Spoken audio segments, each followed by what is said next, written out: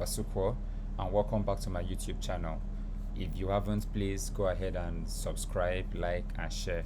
This is the channel that makes Go easier for you to understand.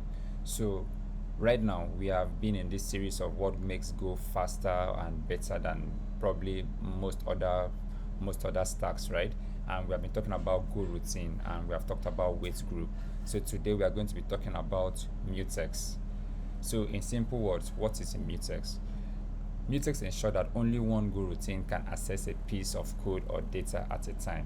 What this means is that when you're running your code in Goroutine, right, your Goroutine is so fast that it might tend to override or other Goroutines that is trying to access a single data point, right, a single variable. So a Goroutine might tend to override other Goroutines. So you have to find a way to make sure that it doesn't override.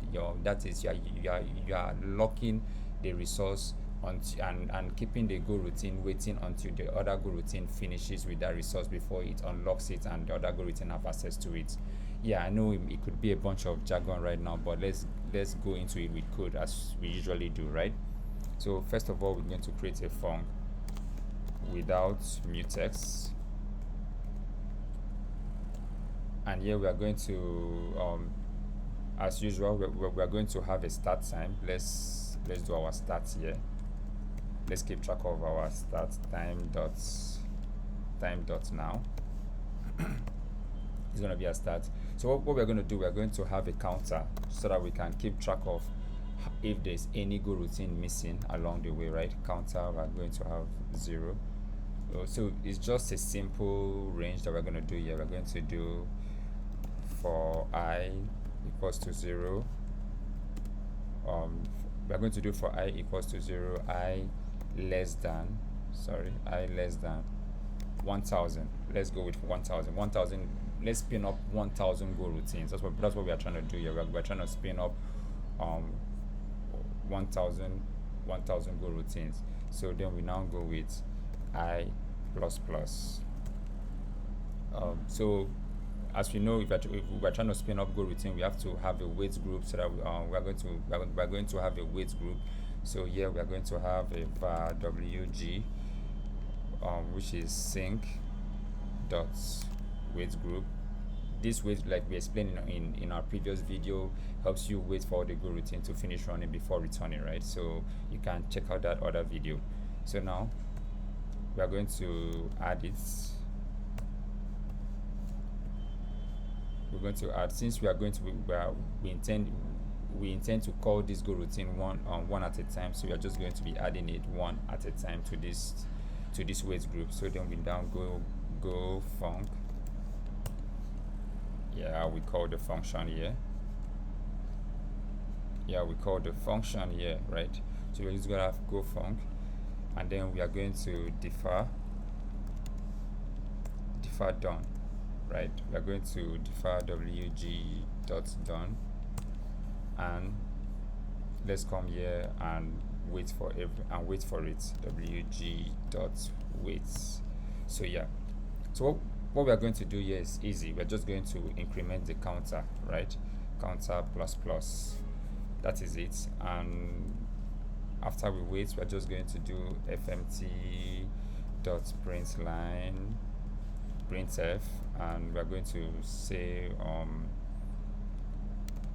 withoutMutex counter equals to, now let's print our counter, and then new line, right? withoutMutex counter equals to, so what would the counter be? Let's print our counter here, and now it's the same thing again. fmt.print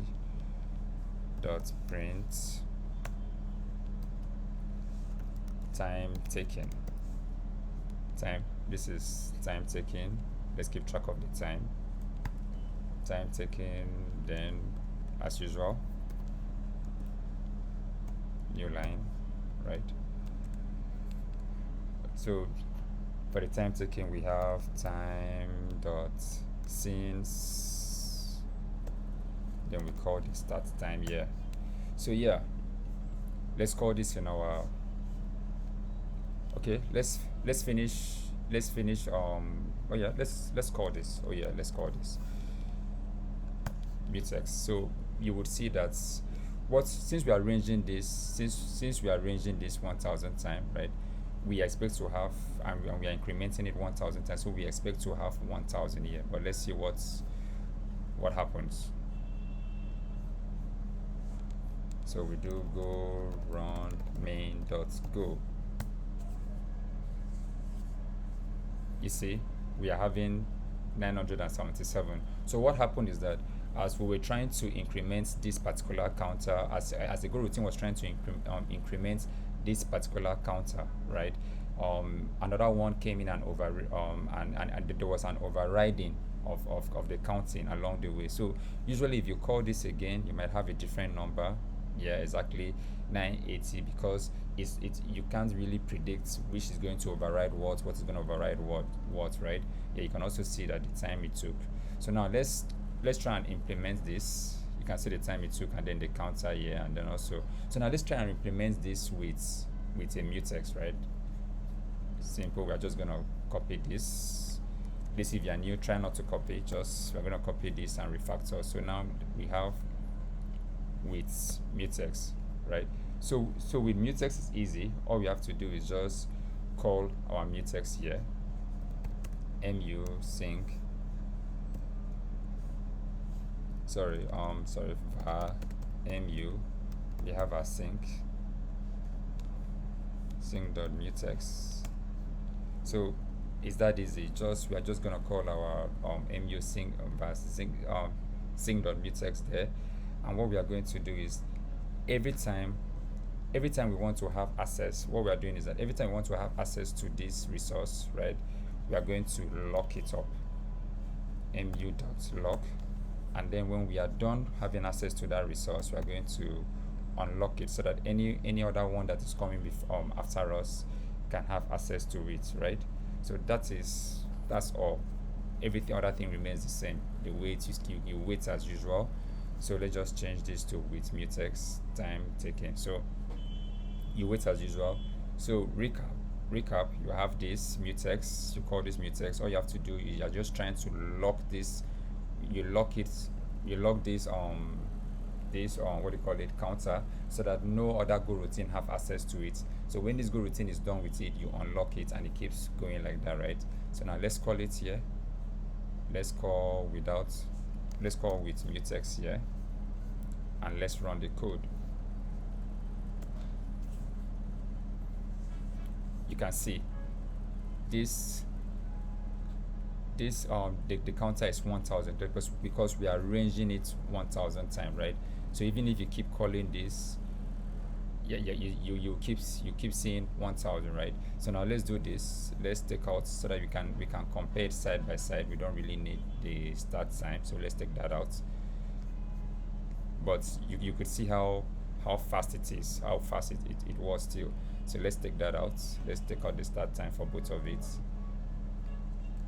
And now let's call it side by side without mutex, right? Let's clear this so that we can have a clear picture of what we are doing. So go run main.go. Sorry, what is that? The argument time imported not used. Yeah, right. Let's take this out. Clear this again. Go run main.go. As you can see that without mutex, the counter gave you 948, and with mutex it gave you 1000. So I hope with this you understand, you have a better idea how to use mutex, what mutex does. And please, if you haven't subscribed, please subscribe to my YouTube channel, like it, comment, share any topic you would want to learn. Thank you very much.